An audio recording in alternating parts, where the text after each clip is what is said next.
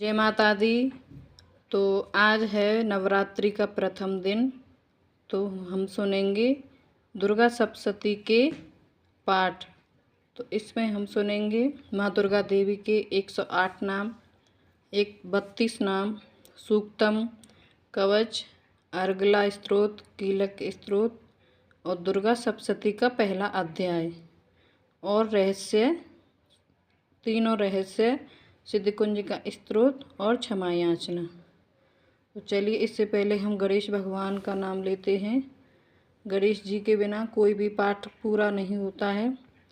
ओम गजानन भूतगणाधिसेवितं कपितजम्बूफलचारुभक्षणं उमासुतं शोकविनाशकारिकं नमामि विघ्नेश्वर पाद पंकजं। श्री गणपतये नमः। श्री गणेश जी का ध्यान करेंगे और माता भगवती दुर्गे अष्ट भवानी महिषासुर मर्दिनी का ध्यान करेंगे। कहते हैं जितना फल पूजा करने वाले को मिलता है, कथा कहने वाले को मिलता है, उतना ही फल कथा सुनने वाले को मिलता है। तो आप वीडियो को बिल्कुल स्किप ना करें और दुर्गा सप्तशती का संपूर्ण पाठ सुनें।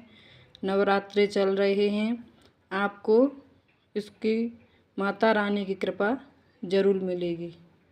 तो चैनल को सब्सक्राइब करें और कमेंट में जय माता दी जरूर लिखें। सर्वमंगल मांगल्ये शिवे सर्वार्थ साधके शरण्ये त्र्यंबके गौरी नारायणी नमोस्तुते। ओम जयंती मंगला काली भद्रकाली कपालिनी दुर्गा क्षमा शिवा धात्री स्वास्वदा नमोस्तुते। या देवी सर्वभूतेषु मां शैलपुत्री रूपेण संस्थिता नमस्तसे नमस्तसे नमस्तसे नमो नमः। दुर्गा देवी के 108 नाम। ओम शती नमः, ओम साध्वी नमः, ओम भवप्रीता नमः, ओम भवानी नमः, ओम भवमोचिनी नमः, ओम आर्या नमः, ओम दुर्गा नमः, ओम जया नमः, ओम आधा नमः, ओम त्रिनेत्रा नमः, ओम शूलधारिणी नमः, ओम पिनाकधारिणी नमः, ओम चित्रा नमः, ओम चंद्रघंटा नमः, ओम महातपा नमः, ओम मनः नमः, ओम बुद्धि नमः, ओम अहंकारा नमः, ओम चित्तरूपा नमः, ओम चिता नमः, ओम चितिः नमः, ओम सर्वमंत्रमयी नमः, ओम सत्ता नमः, ओम सत्यानंद नमः, ओम अनंता नमः, ओम भावनी नमः, ओम भाव्या नमः, ओम भव्या नमः, ओम अभव्या नमः, ओम सदागति नमः, ओम शाभवी नमः, ओम देवमाता नमः, ओम स्वरूपणी नमः, ओम चिंता नमः, ओम रणप्रिया नमः, ओम सर्वविद्या नमः, ओम दक्षकन्या नमः, ओम दक्ष यज्ञ विनाशिनी नमः, ओम अपर्णा नमः, ओम अनेक वर्णा नमः, ओम पाटला नमः, ओम पाटलावती नमः, ओम पट्टामर परिधाना नमः, ओम कल्लमंजरंजिनी नमः, ओम अमिविक्रमा नमः, ओम क्रूरा नमः, ओम सुंदरी नमः, ओम सुर सुंदरी नमः, ओम वन दुर्गा नमः, ओम मातंगी नमः, ओम मतंग मुनि पूजिता नमः, ओम ब्राह्मी नमः, ओम माहेश्वरी नमः, ओम ऐन्द्री नमः, ओम कौमारी नमः, ओम वैष्णवी नमः, ओम चामुंडा नमः, ओम बाराही नमः, ओम लक्ष्मी नमः, ओम पुरुषाकृति नमः, ओम विमला नमः, ओम उत्कीर्षणी नमः, ओम ज्ञाना नमः, ओम क्रिया नमः, ओम नित्या नमः, ओम बुद्धिदा नमः, ओम बहुला नमः, ओम बहुल प्रेमी नमः, ओम सर्वहन वहन नमः, ओम निशुंभ शुंभहननी नमः, ओम महिषासुरमर्दनी नमः, मधुरकट्टभंतरी नमः, ओम चंडमुंड विनाशिनी नमः, ओम सर्व असुर विनाशा नमः, ओम सर्वदानवघातनी नमः, ओम सत्या नमः, ओम सर्वाशस्त्रधारिणी नमः, अनेक शस्त्रः नमः, ओम अनेका शस्त्रधारिणी नमः, ओम कौमारी नमः, ओम एक कन्या नमः, ओम कैशोरी नमः, ओम युवती नमः, ओम यति नमः, ओम अप्रोड़ा नमः, ओम प्रोड़ा नमः, ओम वृद्धमाता नमः, ओम बलप्रदा नमः, ओम महोदरी नमः, ओम मुक्तकेशी नमः, ओम घोररूपा नमः, ओम महाबला नमः, ओम अग्निज्वाला नमः, ओम रौद्रमुखी नमः, ओम कालरात्रि नमः, ओम तपस्विनी नमः, ओम नारायणी नमः, ओम भद्रकाली नमः, ओम विष्णुमाया नमः, ओम जलोधरी नमः, ओम शिवदूती नमः, ओम कराली नमः, ओम अनंता नमः, ओम परमेश्वरी नमः, ओम कात्यायनी नमः, ओम सावित्री नमः, प्रत्यक्षा नमः, ओम ब्रह्मवादिनी नमः, ओम सर्वशस्त्रमयी नमः। इति दुर्गा देवी 108 नाम समाप्तम। दुर्गा देवी के 32 नामों की माला। ओम दुर्गा नमः, ओम दुर्गतिशमनि नमः, ओम दुर्गपद निवारणी नमः, ओम दुर्गमच्छेदनी नमः, ओम दुर्गसादिनी नमः, ओम दुर्गनाशिनी नमः, ओम दुर्गोत्तोधारिणी नमः, ओम दुर्गनिहंतरी नमः, ओम दुर्गमापहा नमः, ओम दुर्गज्ञानदा नमः, ओम दुर्गदैत्यलोकदवानला नमः, ओम दुर्गमन, ओम दुर्गमालोका नमः, ओम दुर्गमात्मस्वरूपणी नमः, ओम दुर्गमार्गप्रदा नमः, ओम दुर्गम विद्या नमः, ओम दुर्गमाश्रिता नमः, ओम दुर्गज्ञान संस्थान नमः, ओम दुर्गमध्यानवासिनी नमः, ओम दुर्गमोहा नमः, ओम दुर्गमगा नमः, ओम दुर्गमार्थस्वरूपरी नमः, ओम दुर्गमासुरसहंतरी नमः, ओम दुर्गमायुधधारिणी नमः, ओम दुर्गमातंगी नमः, ओम दुर्गमता नमः, ओम दुर्गम्या नमः, ओम दुर्गमेश्वरी नमः, ओम दुर्गभीमा नमः, ओम दुर्गभामा नमः, ओम दुर्गवा नमः, ओम दुर्गधारिणी नमः। जो मनुष्य भगवती दुर्गा के इन 32 नामों को श्रद्धा भक्ति पूर्वक पार करता है वह प्राणी निसंग समस्त दुखों से मुक्त हो जाता। बोल माँ भगवती जगदम्बे की जय हो। ऋग्वेदोक्त देवी सूक्तम। भगवती बोली, मैं रुद्र, वसु, आदित्य और विश्वदेव रूप से सर्वत्र विचरती हूँ। मित्र, वरुण, इंद्र, अग्नि और अश्विनी कुमारों को भी मैंने ही धारण कर रखा है। सोमयाग, विश्वकर्मा, सूर्य और ईश्वर नाम के देव मैंने ही धारण कर रखे हैं। जो देवताओं के उद्देश्य से प्रचुर हविक तथा सोमयाग आदि का अनुष्ठान करते हैं उन्हीं यजमानों का फल मुझ में ही विद्यमान है। इस ब्रह्मांड की अधिष्ठात्री तथा पार्थिव और अपार्थिव देने वाली मैं ही हूँ। ब्रह्मा साक्षात सामिप्त ज्ञान रूपा मैं हूँ। यह ज्ञान ही सब उपासनाओं का मूल है। मैं ही अत्यंत दीवों में प्रविष्ट हूँ। देवता इस प्रकार अनेक भावों से मेरी उपासना करते हैं। जीव जो अनादि खाद्य द्रव्य भक्षण करता है, सुनता है, यह सब क्रिया मेरे द्वारा सिद्ध होती हैं। जो मुझको इस दृष्टि से नहीं देख सकते वे नाश को प्राप्त होते। हे सौम्य, तुमसे जो तत्व कहें उन्हें श्रद्धा पूर्वक सुनो। मैं यह उपदेश स्वयं दे रही हूँ। देवता और मनुष्य द्वारा यही सेवित है। मैं जिसे चाहती हूँ उसे उच्च पद प्रदान करती हूँ, ब्रह्मा बनाती हूँ तथा ऋषि सर्वज्ञान संपन्न सुमेधा बनाती हूँ, रुद्र के लिए धनुष खींचती हूँ। इस प्रकार मैं सर्वत्र व्याप्त हूँ। मेरी आत्मा ने जगत्ता को उत्पन्न किया है। इसके ऊपरी भाग आनंद कोश के अंदर विज्ञान में कोश में मेरा कारण अवस्थित है। मैं समस्त भुवनों में प्रविष्ट होकर रहती हूँ। स्वर लोक में मेरे शरीर से स्पष्ट है। मैं जल वायु की भांति प्रतीत होती हूँ, तभी यह सारी सृष्टि आरंभ होती है। इस स्वर्ग तथा मृत्यु लेके परे मैं ही तो वर्तमान हूँ। यही तो मेरी महिमा है। बोल माँ भगवती जगदम्बे की जय हो। ओम क्रीं कालकाय नमः। ओम ऐं ह्रीं क्लीं चामुण्डाय विच्चे नमः। ओम दुम दुर्गाय नमः। ओम काली काली महाकाली कालिके परमेश्वरी सर्वानंद करे देवी नारायणी नमोस्तुते। हे करुणामयी जगन जननी, आनंद व स्नेहमयी माँ, आपकी सदा ही जय हो। हे अम्बे, पंखहीन पक्षी और भूख से पीड़ित बच्चे जिस प्रकार अपनी माँ की राह देखते हैं उसी प्रकार मैं आपकी दया की प्रतीक्षा कर रही हूँ। हे अमृतमयी माँ, आप शीघ्र ही मुझे आकर दर्शन दें, मैं आपका रहस्य जान सकूं। मुझे ऐसी बुद्धि प्रदान करें। हे माँ दुर्गे, आप स्मरण करने पर संसार के समस्त प्राणियों का वहर लेती हैं और शांत चित्त से चिंतन करने पर परम कल्याणमयी बुद्धि प्रदान करती हो। हे दरिद्रा, दुख और भय को हरने वाली, आपके सिवा दूसरी कौन है जिसका चित्त सबका उपकार करने के लिए सदा दया से द्रवीभूत रहता है। ऐसी माँ भगवती के चरणों में मेरा बारंबार प्रणाम है। ओम नमः चंडिकाय नमः। दुर्गा कवच प्रारंभ। महर्षि मार्कंडेय जी बोले, हे पितामह, संसार में जो गुप्त हो और जो मनुष्य की सब प्रकार से रक्षा करता हो और जो आपने किसी को आज तक ना बताया हो वह कवच मुझे बताइए। श्री ब्रह्मा जी कहने लगे, अत्यंत गुप्त व सब प्राणी की भलाई करने वाला कवच मुझसे सुनो। प्रथम शैलपुत्री, दूसरी ब्रह्मचारिणी, तीसरी चंद्र घंटा, चौथी कुसुमांडा, पांचवी स्कंद माता, छठी कात्यायनी, सातवीं कालरात्रि, आठवीं महागौरी तथा नवी सिद्धिदात्री। यह देवी की 9 मूर्तियां हैं और यह नवदुर्गा कहलाती हैं। आग में जलता हुआ, रण में शत्रु से घिरा हुआ, विषम संकट में फंसा हुआ मनुष्य यदि दुर्गा के नाम स्मरण करे तो उसको कभी भी हानि नहीं होती। रण में उसके लिए कुछ भी आपत्ति नहीं होती और ना ही उसे किसी प्रकार का दुख या डर होता है। हे देवी, जिसने श्रद्धा पूर्वक तुम्हारा स्मरण किया है उसकी वृद्धि होती है और जो तुम्हारा चिंतन करते हैं उनकी तुम निसंदेह रक्षा करने वाली हो। चामुंडा प्रेत पर, वाराही वैसे पर, रौद्री हाथी पर, वैष्णवी गरुड़ पर अपना आसन जमाती हैं। माहेश्वरी बैल पर, कुमारी मोर पर, हाथ में कमल लिए हुए विष्णु प्रिय लक्ष्मी जी कमल के आसन पर विराजते हैं। बैल पर बैठी हुई ईश्वरी देवी ने श्वेत रूप धारण कर रखा है और सब प्रकार के आभूषणों से विभूषित ब्राह्मी देवी हंस पर बैठती हैं। और इस प्रकार यह देवियाँ सब प्रकार के योगों से युक्त और अनेक प्रकार के रत्न धारण किए हुए हैं। भक्तों की रक्षा के लिए संपूर्ण देवियाँ रथ में बैठी तथा क्रोध में भरी हुई दिखाई देती हैं तथा चक्र, गदा, शक्ति, मूसल, खेटक, तोमर, परशु तथा पाश, भाला, त्रिशूल, उत्तम सारंग आदि शस्त्रों को दैत्यों के नाश के लिए और भक्तों की रक्षा करने के लिए और देवताओं के कल्याण के लिए धारण किए हैं। हे महारौद्रे, अत्यंत घोर पराक्रम, महान बल और उत्साह वाली देवी, मैं तुमको नमस्कार करता हूँ। हे देवी, तुम्हारे दर्शन दुर्लभ हैं तथा शत्रुओं के भय को बढ़ाने वाली हैं। हे जगदम्बिके, मेरी रक्षा करो। पूर्व दिशा में ऐन्द्री मेरी रक्षा करो। अग्निकोण में अग्नि शक्ति, दक्षिण में वाराही देवी, नैऋत्य कोण में खड्गधारिणी वारुणी, पश्चिम दिशा में वायु कोण में मृगवाहिनी, उत्तर में कौमारी और ईशान कोण में शूलधारिणी देवी मेरी रक्षा करें। ब्राह्मणी ऊपर की ओर से मेरी रक्षा करे, वैष्णवी देवी नीचे की ओर से रक्षा करे।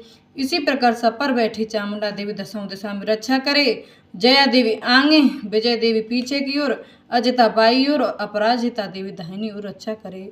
उदोतनी देवी सिका की रक्षा करे तथा उमा मस्तक में स्थित होकर मेरी रक्षा करे। इसी प्रकार ललाट माला देवी रक्षा करे। यशस्विनी देवी मेरी बहों का संरक्षण करे। बहों के मध्य भाग में त्रिनेता, नथनों की यम घंटा देवी रक्षा करे। नेत्र के मध्य में शंकनी देवी और द्वारवासिनी देवी कानों की रक्षा करे। कपोलों की कालिका देवी कानों के मूल भाग की भगवती शांख रक्षा करें। सुगंधा नासिका में, चर्चिका ऊपर के होठ में, अमृतकला देवी नीचे की होठ की, सरस्वती देवी जीभ की रक्षा करें। कौमारी देवी दांतों की और चंडिका कंठ प्रदेश की रक्षा करें। चित्रघंटा गले की घाटी की, महामायु तालु की रक्षा करें।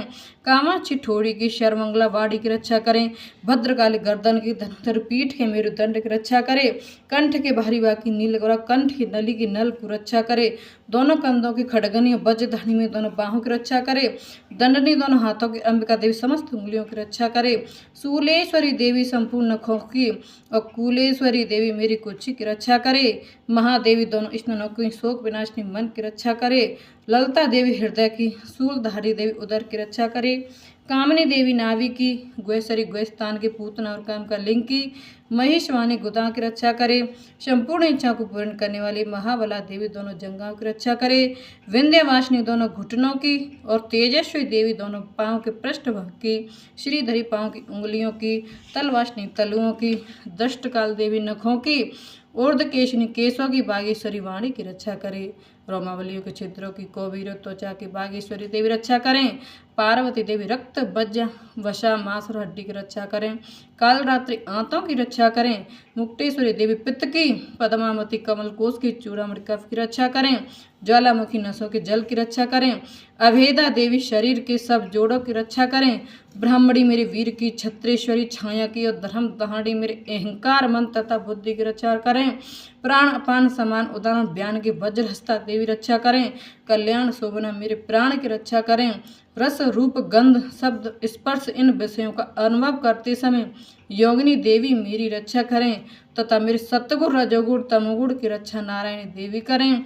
आयु की रक्षा वाराही देवी करें। वैष्णवी धर्म की तथा चक्रणी देवी मेरे यश, कीर्ति, लक्ष्मी, धन, विद्या की रक्षा करें। इंद्राणी मेरे शरीर की रक्षा करें। और हे चंडिके, आप मेरे पशुओं की रक्षा करिए। महालक्ष्मी मेरे पुत्रों की रक्षा करें और भैरवी मेरी पत्नी की रक्षा करें। मेरे पति की शुभ तथा मारंकरी क्षेमों की देवी रक्षा करें। राजा के दरबार में महालक्ष्मी तथा सब और व्याप्त रहने वाली विजय देवी चारों ओर से मेरी रक्षा करें। जो स्थान रक्षा से रहित और कवच में रहेगा उसको पापों का नाश करने वाली जयंती देवी रक्षा करें।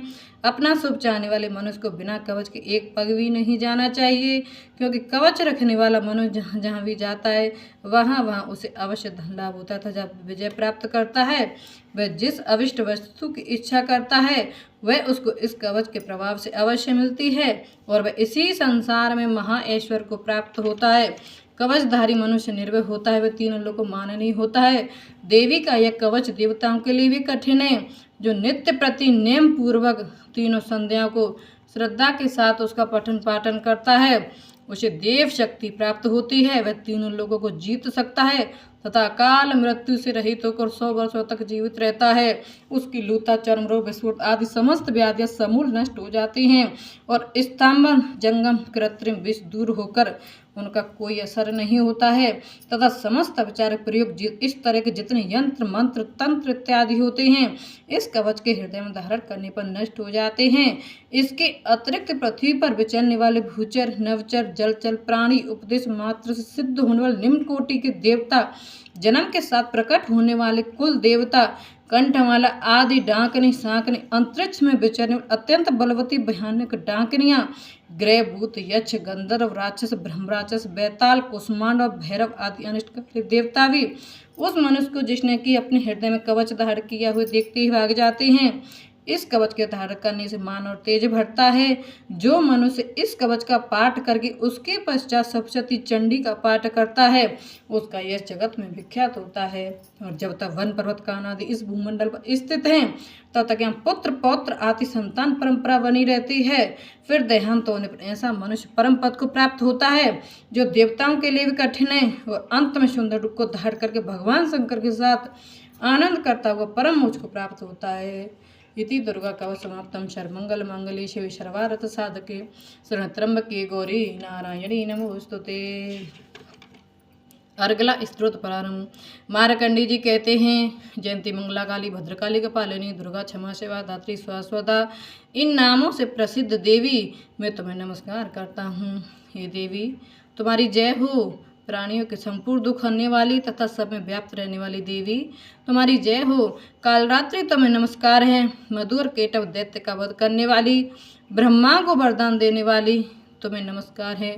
तुम मुझे रूप दो, जय दो, यश दो, मेरे काम, क्रोध आदि शत्रु का नाश करो। हे महिषासुर का नाश करने वाली तथा भक्तों को सुख देने वाली देवी तुम्हें नमस्कार है। तुम मुझे सुंदर स्वरूप दो, विजय दो, यश दो, मेरे शत्रु को नष्ट करो।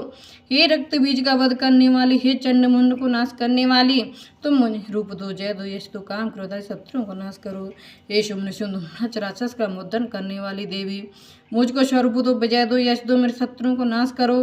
हे पूजित गढ़ चढ़ने वाली, हे संपूर्ण सौभाग्य प्रदान करने वाली देवी तुम मुझे रूप दो, जय दो, यश दो, काम, क्रोध आदि शत्रुओं को नाश करो। हे देवी, तुम्हारे रूप और चरित्र अमित हैं, तुम सब शत्रुओं का नाश करने वाली हो। मुझे रूप, जय, यश दो, काम, क्रोध आदि शत्रु को नाश करो। पापों को दूर करने वाली चंडिके, इस संसार में जो भक्ति से तुम्हारा पूजन करते हैं उनको तुम रूप तथा विजय दो, उनके शत्रुओं को नाश करो। रोगों को नाश करने वाली चंडिके, जो भक्ति पूर्वक तुम्हारी पूजा करते हैं उन्हें रूप दो, जय दो, यश दो, उनके काम, क्रोध आदि शत्रु को नष्ट करो। हे चंडिके, इस संसार में जो भक्ति से तुम्हारी पूजा करते हैं उनको रूप तथा विजय दो और उनके शत्रु को नाश करो। हे देवी, मुझे सौभाग्य दो, आरोग्य दो, परम सुख दो, रूप दो, जय दो, यश दो, मेरे काम, क्रोध आदि शत्रु को नष्ट करो। हे देवी, जो मुझसे बैर रखते हैं उनका नाश करो और मुझे अधिक बल प्रदान कर रूप, जय, यश दो, मेरे शत्रु का संहार करो। हे देवी, मेरा कल्याण करो और मुझे उत्तम संपत्ति प्रदान करो। रूप, जय, यश, काम, क्रोध आदि शत्रुओं को नाश करो। हे देवता तथा राक्षसों के मुकुट रत्नों से स्पर्श करने वाली हे देवी अंबिके, मुझे स्वरूप दो, विजय दो, यश दो, मेरे शत्रु को नाश करो। और हे देवी, अपने भक्तों को विद्वान, कीर्तिवान, लक्ष्मीवान बनाओ, उन्हें रूप, जय, यश, उनके शत्रु को नाश करो। हे प्रचंड दैत्य को, अभिमान को नाश करने वाली चंडिके, मुझ शरणागत को रूप दो, जय दो, यश दो, मेरे शत्रु का नाश करो। हे चार भुजाओं वाली, हे ब्रह्मा द्वारा प्रसिद्ध परमेश्वरी, मुझे तुम रूप, जय, यश दो, काम, वह शत्रु को नष्ट करो। निरंतर भक्ति से भगवान विष्णु सदा स्तुति के, हे अंबिके, मुझे रूप, जय, यश दो, मेरे काम, क्रोध आदि शत्रुओं को नष्ट करो। हिमाचल कन्या पार्वती के भगवान शंकर से स्तुति की हुई, हे परमेश्वरी, तुम मुझे रूप दो, जय दो, यश दो, काम, क्रोध शत्रु को नष्ट करो। इंद्राणी के पति इंद्र के द्वारा सद्भाव से पूजित होने वाली परमेश्वरी, तुम मुझे रूप, जय, यश दो, काम, क्रोध आदि शत्रु को नष्ट करो। प्रचंड भुज दंड से दैत्य को, घमंड को नष्ट करने वाली, मुझे रूप, जय, यश दो, मेरे काम, क्रोध आदि शत्रु को नष्ट करो। हे देवी, तुम अपने भक्तों को सदा सीमानंद देती हो, मुझे रूप, जय, यश दो, मेरे काम, क्रोध आदि शत्रु को नष्ट करो। हे देवी, मेरे इच्छा अनुसार चलने वाली सुंदर स्त्री मुझे प्रदान करो, जो कि संसार सागर से तारने वाली तथा उत्तम कुल में उत्पन्न हुई हो। जो मनुष्य पहले इस स्तोत्र का पाठ करता है फिर सप्तशती रूपी महास्तोत्र का पाठ करता है, वह सप्तशती की जप संख्या के समान श्रेष्ठ फल को प्राप्त होता है। उसके साथ ही उसे प्रचुर धन भी प्राप्त होता है। इति श्री मार्कंडे पुराणे अर्गला स्तोत्र समाप्तम। सर्वमंगल मंगले शिव सर्वार्थ साधके त्र्यंबके गौरी नारायणी नमोस्तुते। कीलक स्तोत्र प्रारंभ। महर्षि मार्कंडेय जी बोले, निर्मल ज्ञान रूपी शरीर धारण करने वाले, देवत्रय रूप दिव्य 3 नेत्र वाले, जो कल्याण प्राप्ति के हेतु हैं तथा अपने मस्तक पर अर्धचंद्र धारण करने वाले हैं, उन भगवान शंकर को नमस्कार है। जो मनुष्य इन कीलक मंत्रों को जानता है वही पुरुष कल्याण की प्राप्ति करता है। जो अन्य मंत्रों को जपकर केवल सप्तशती स्त्रोत से ही देवी की स्तुति करता है, उसको इससे ही देवी की सिद्धि हो जाती है। उन्हें अपने कार्य की सिद्धि के लिए दूसरे की साधना करने की आवश्यकता नहीं होती। बिना जप के ही उनके उच्चाटन आदि सब काम सिद्ध हो जाते हैं। लोगों के मन में शंका थी कि केवल सप्तशती की उपासना से अथवा सप्तशती को छोड़कर अन्य मंत्र की उपासना से भी समान रूप से सब कार्य सिद्ध हो जाते हैं, तब इनमें कौन सा श्रेष्ठ साधन है। लोगों की शंका को ध्यान में रखकर भगवान शंकर ने अपने पास आए हुए जिज्ञासुओं को समझाया कि यह सप्तशती नामक संपूर्ण स्तोत्र ही कल्याण को देने वाला है। इसके पश्चात भगवान शंकर ने चंडिका की सप्तशती नामक स्तोत्र को गुप्त कर दिया। अतः मनुष्य उसको बड़े पुण्य से प्राप्त करता है। जो मनुष्य कृष्ण पक्ष की 14 अथवा अष्टमी एकाग्रचित होकर देवी को अपना सर्व समर्पित कर देता है और उसे प्रसाद रूप में ग्रहण करता है, उस पर माँ दुर्गा प्रसन्न होती हैं, अन्यथा नहीं होती। इस प्रकार सिद्धि के प्रतिबंधक रूप कीलक के द्वारा भगवान शंकर ने इस स्तोत्र को किलित कर रखा है। जो इस सप्तशती को निष्किलन करके नित्य पाठ करता है वह सिद्ध हो जाता है, वही देवों को पार्षद होता है और वह गंधर्व होता है। सर्वत्र विचित्र रहने पर उस मनुष्य को इस संसार में कोई डर नहीं रहता, वह मृत्यु के बस में नहीं पड़ता और मरकर मोक्ष की प्राप्ति करता है। किंतु इस कीलक की विधि को जानकर ही सप्तशती का पाठ करना चाहिए। जो ऐसा नहीं करता वह नष्ट हो जाता है। कीलन और निष्कलन संबंधी के जानकारी के पश्चात ही यह स्तोत्र निर्दोष हो। स्त्रियों में जो कुछ सौभाग्य आदि दिखाई देता है वह सब इसी पाठ की कृपा है। इसलिए इस कल्याणी स्तोत्र का सदा पाठ करना चाहिए।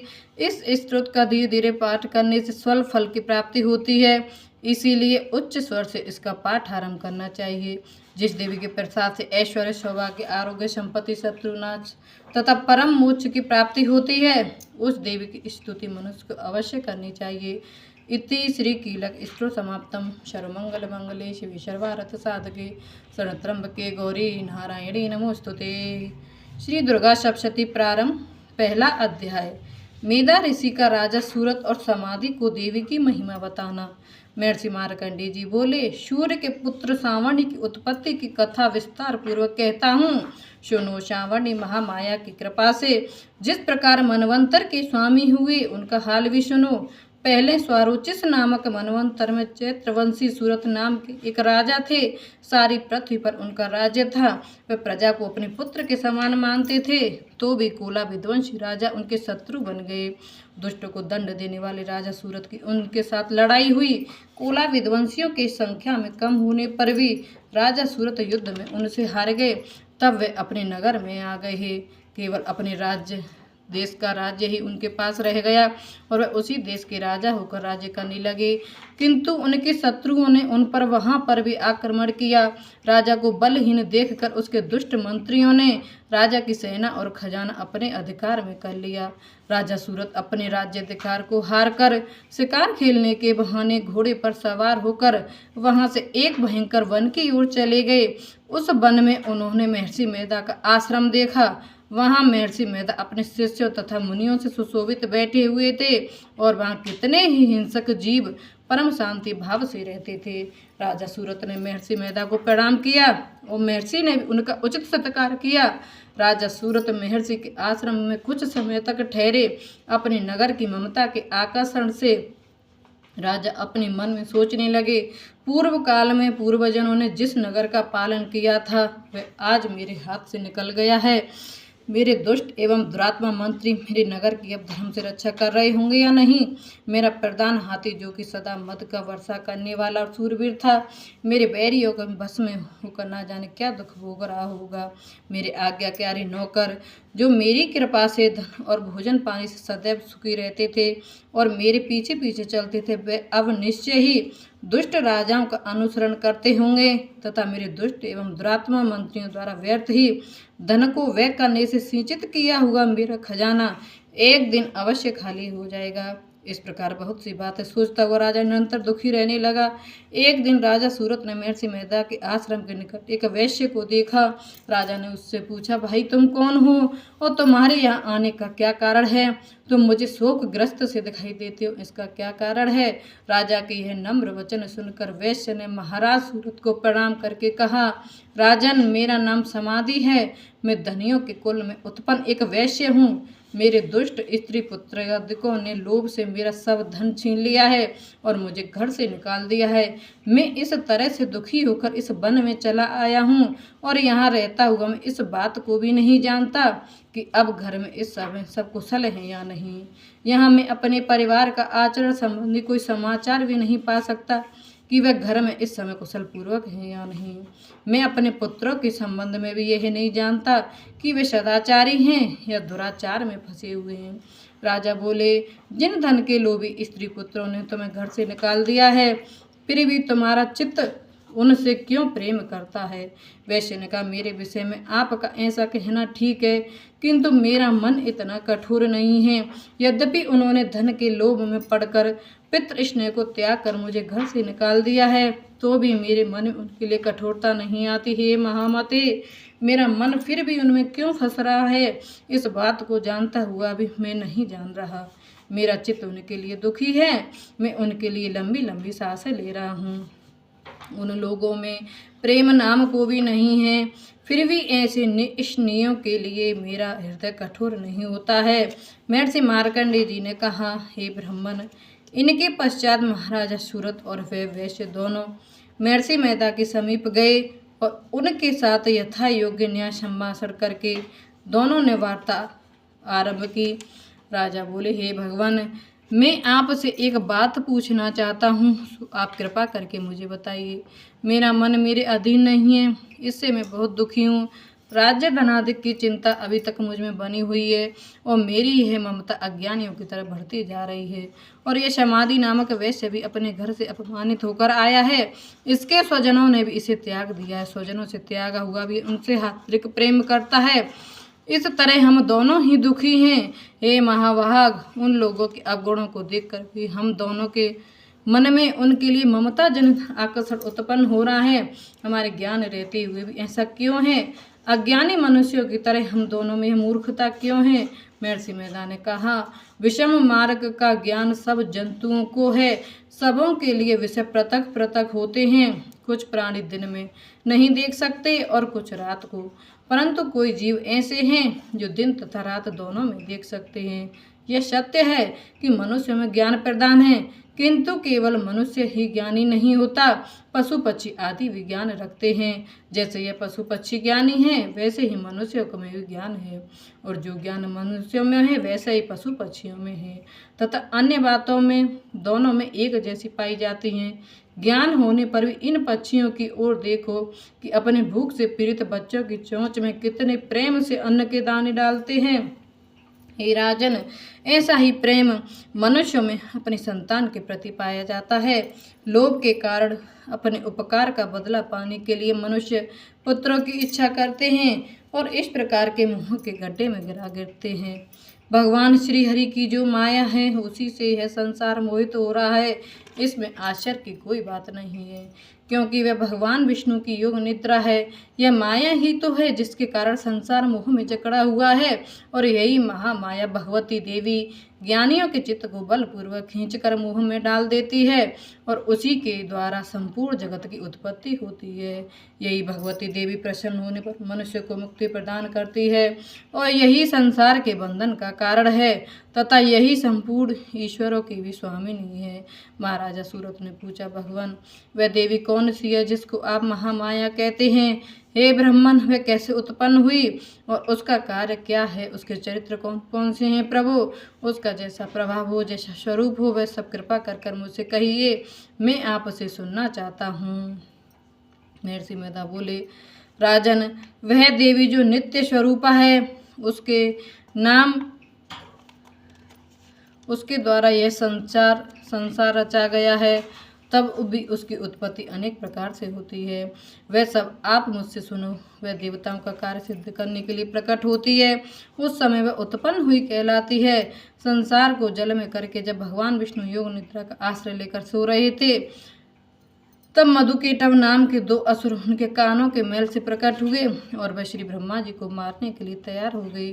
श्री ब्रह्मा जी ने जब उन दोनों को अपनी ओर आते देखा और यह भी देखा कि भगवान विष्णु योग निद्रा का आश्रय लेकर सो रहे हैं, तो वह उस समय श्री भगवान को जगाने के लिए उनके नेत्रों में निवास करने वाली योग निद्रा की स्तुति करने लगे। श्री ब्रह्मा जी ने कहा, हे देवी, तुम ही स्वाहा, तुम ही स्वदा और तुम ही वसटकार हो। स्वर भी तुम्हारा ही स्वरूप है, तुम ही जीवन देने वाली सुधा हो। नित्य अक्षर प्रणव में अकार उकार मकार, इन तीनों में माताओं के रूप में भी तुम ही स्थित हो। इनके अतिरिक्त जो बिंदु पथ अर्धमात्रा हैं, जिसका कि विशेष रूप से उच्चारण नहीं किया जाता है, हे देवी, वह भी तुम ही हो। हे देवी, संध्या सावित्री तथा परम जननी तुम ही हो। तुम इस विश्व को धारण करने वाली हो। तुमने ही इस जगत की रचना की है और तुम ही इस जगत का पालन करने वाली हो, और तुम ही कल्प के अंत में सबको भक्षण करने वाली हो। हे देवी, जगत की उत्पत्ति के समय तुम सृष्टि रूपा होती हो, पालन कालम स्थिति रूपा, और कल्प के अंत में संहार रूप धारण कर लेती हो। तुम ही महाविद्या, महामाया, महामेधा, महारात्रि और मोहरात्रि हो। श्री ईश्वरी और बोध स्वरूपा बुद्धि भी तुम ही हो। लक्ष्मी, पुष्टि, तुष्टि, शांति और क्षमा भी तुम ही हो। तुम खड्ग धारणी, शूल धारणी, घोर रूपा तथा गदा, चक्र, शंख और धनुष को धारण करने वाली हो। बाण, भुसुंडी और परिग, यह भी तुम्हारे अस्त्र हैं। तुम सौम्य और सौम्यंतर हो। यही नहीं बल्कि जितने भी सौम्य तथा सुंदर वस्तुएं इस संसार में हैं, उन सबसे बढ़कर सुंदर तुम ही हो। पर और अपर सबसे पर रहने वाली सुंदर तुम ही हो। हे स्वरूपे देवी, जो भी सत असत पदार्थ हैं और उनमें जो शक्ति है, वह तुम ही हो। ऐसी अवस्था में भला तुम्हारी स्तुति कौन कर सकता है। इस संसार की सृष्टि, पालन और संहार करने वाली जो भगवान हैं, उनको भी जब तुमने निंद्रा के वशीभूत कर दिया है, फिर तुम्हारी स्तुति कौन कर सकता है। मुझे भगवान विष्णु तथा भगवान शंकर को शरीर धारण कराने वाली भी तुम ही हो। तुम्हारी स्तुति करने की शक्ति किस में है, हे देवी। तुम तो अपने इन उदार प्रभावों के कारण ही प्रशंसनीय हो। मधु और केटव जो भयंकर असुर हैं, इन्हें तो मुँह में डाल दो और इन्हें मार डालने की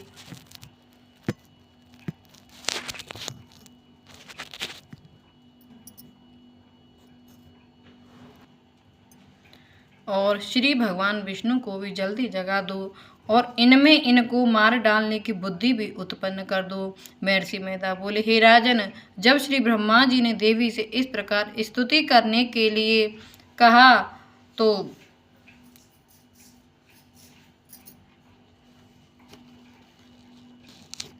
वह भगवान श्री विष्णु के नेत्र, मुख, नासिका, बाहु, हृदय और वक्षस्थल से निकलकर ब्रह्मा जी के सामने खड़ी हो गईं।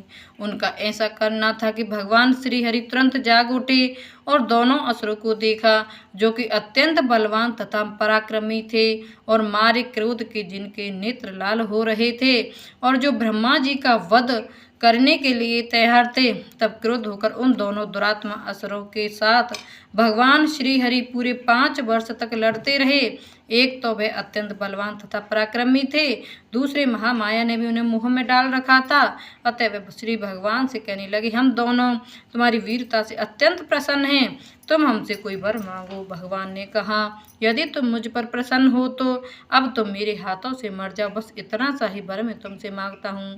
अब दूसरी वर का क्या प्रयोजन है। महर्षि मेधा बोले, इस तरह से जब वह धोखे में आ गए और अपने और चारों ओर जल ही जल देखा, तो भगवान श्री हरि से कहने लगे, जहाँ पर जल ना हो, सूखी जमीन हो, उसी जगह हमारा वध कीजिए। महर्षि मेधा कहते, तथास्तु कहकर भगवान श्री हरि ने उन दोनों को अपनी जांघ पर लिटाकर उन दोनों के सिर काट डाले। इस तरह से यह देवी श्री ब्रह्मा जी की स्तुति करने पर प्रकट हुई थी। अब तुम उनके प्रभाव का वर्णन करता हूँ, सो सुनो। इति प्रथम अध्याय समाप्तम। तो कल दूसरे दिन हम सुनेंगे दूसरा और तीसरा अध्याय, कवच, अर्गला, कीलक और दुर्गा देवी की 108 नाम, 32 नाम और सिद्ध कुंज का स्त्रोत आपको प्रतिदिन नवरात्रि में पढ़ना है और सुनना है। तो अब हम पाठ करेंगे माता के तीनों रहस्य।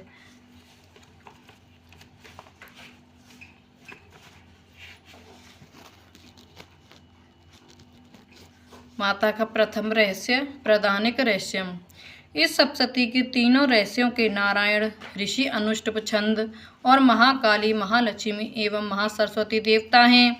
शास्त्र द्वारा प्रतिपादित उत्तम फल की प्राप्ति के लिए जप में इनका विनियोग होता है। राजा ने कहा, हे भगवान, आपने चंडिका देवी के अवतारों का वर्णन किया है, किंतु हे ब्राह्मण, अब उन अवतारों का मूलभूत मुख्य स्वरूप बतलाइए।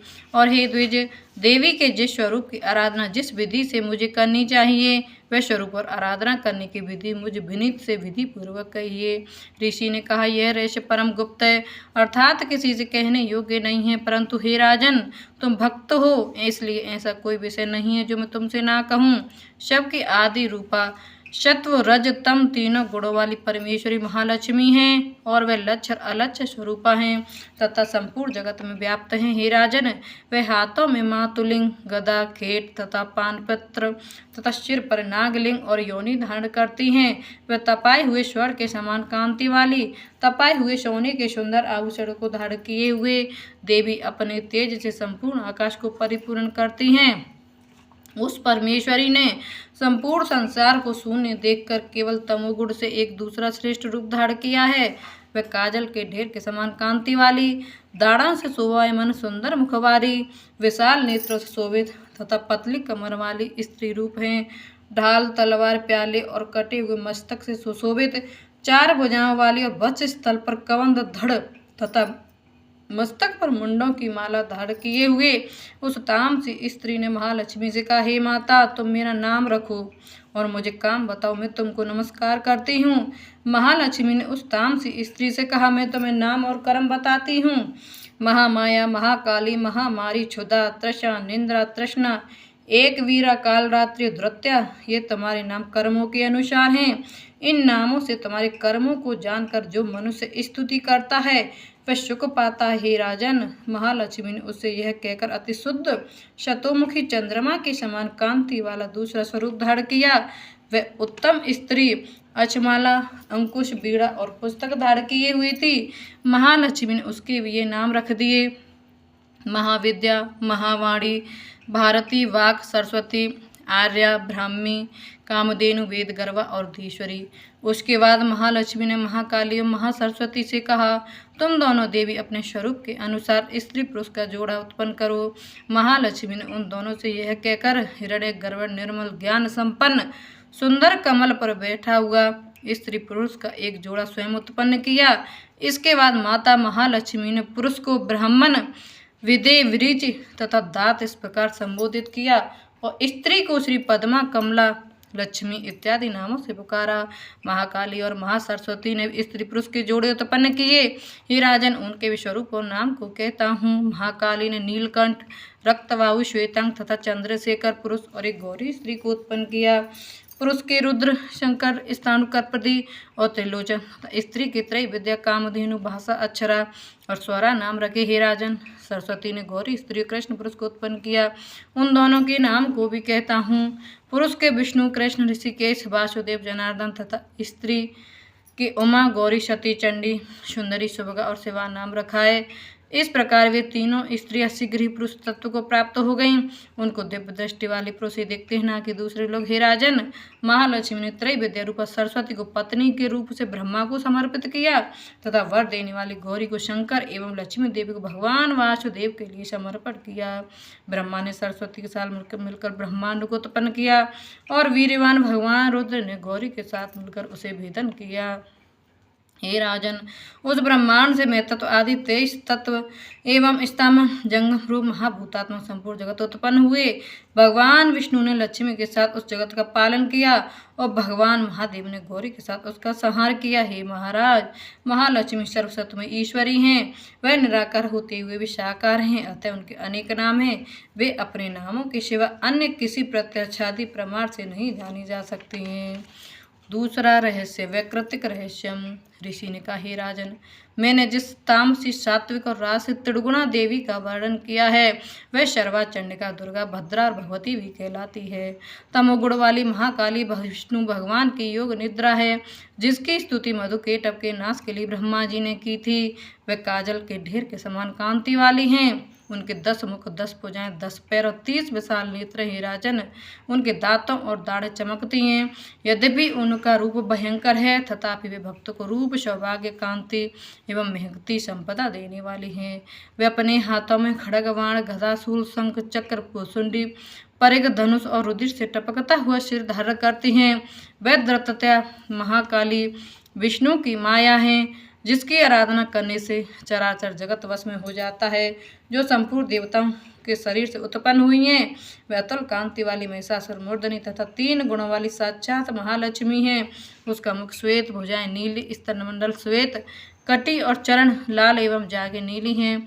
वह उत्कट मद वाली है। उसका जगन विचित्र और विचित्र माला, वस्त्र और आभूषण धारण करती है। वह विचित्र लेपन करती है। वह रूप, लावण्यवती और सौभाग्यवती है।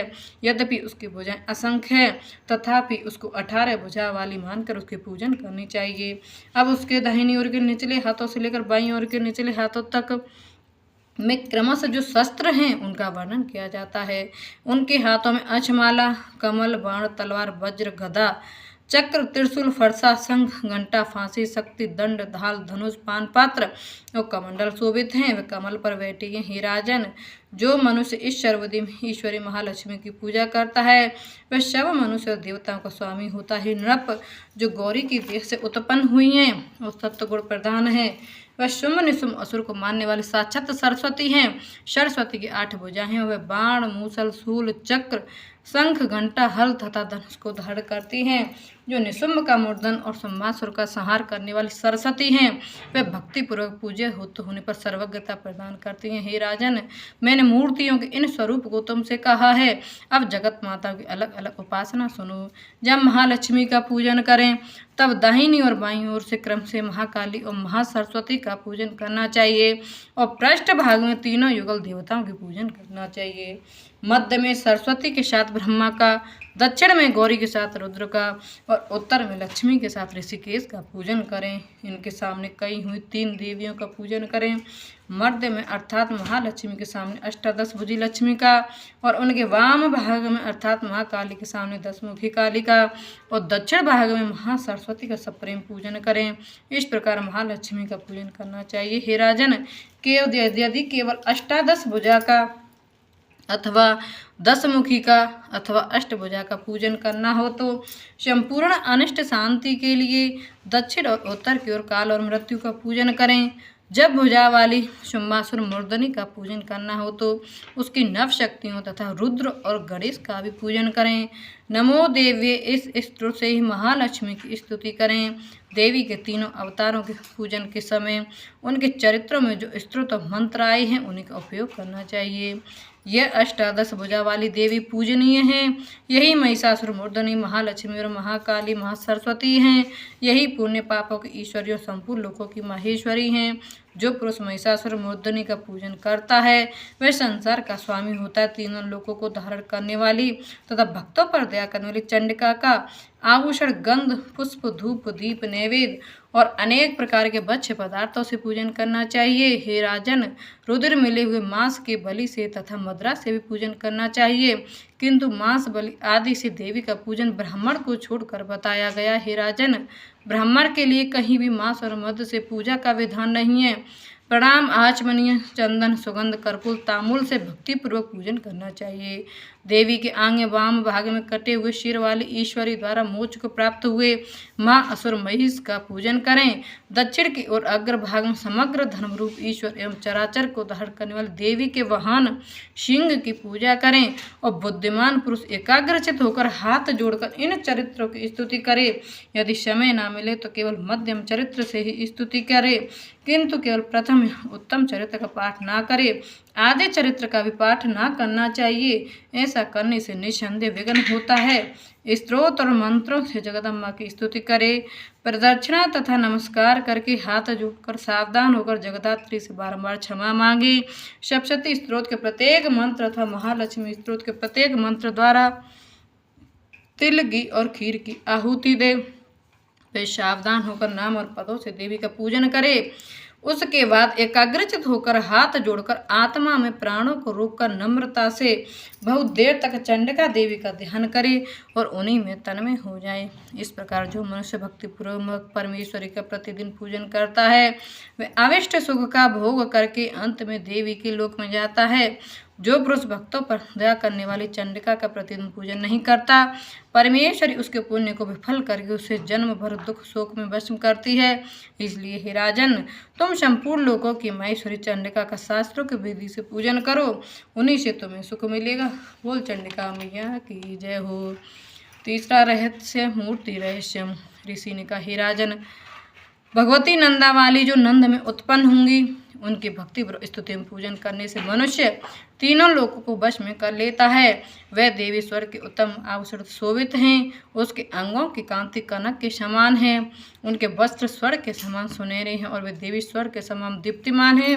कमल, अंकुश, पास और शंख से उसकी चारों भुजाएं शोभित हैं और उसके इंदिरा, कमला, लक्ष्मी, श्री रुक्मा स्वर्ण में कमल के आसन पर विराजमान ये नाम हैं। ये निष्पाप मैंने रक्तदंत का नाम से जिस देवी का वर्णन किया है उसके संपूर्ण भयनाशक स्वरूप को कहता हूँ। वह देवी रक्त वस्त्र, रक्त और सब अंग रक्त में आभूषण शोभित, रक्तायुध, रक्त नेत्र, रक्त केश वाली अतः भयंकर रक्त एवं तीक्ष्ण नखों वाली, रक्तासन पर स्थित रक्त दंत वाली भगवती भक्तों के बस में उसी प्रकार रहती है जैसे साध्वी स्त्री पति के बस में रहती है। वह देवी पृथ्वी के समान है, उसके दोनों स्तन सुमेरु पर्वत के समान हैं। वे दोनों स्तन बड़े मोटे, बड़े लंबे, अत्यंत कठोर, सुवमन, आनंद के समून हैं। यह देवी सब कामना को देने वाली दोनों स्तनों को अपने भक्तजनों को पिलाती है। देवी की चारों भुजाएं खग, पात्र, हल और मूसल से शोभित हैं। वह देवी रक्त चामुंडा और योगेश्वरी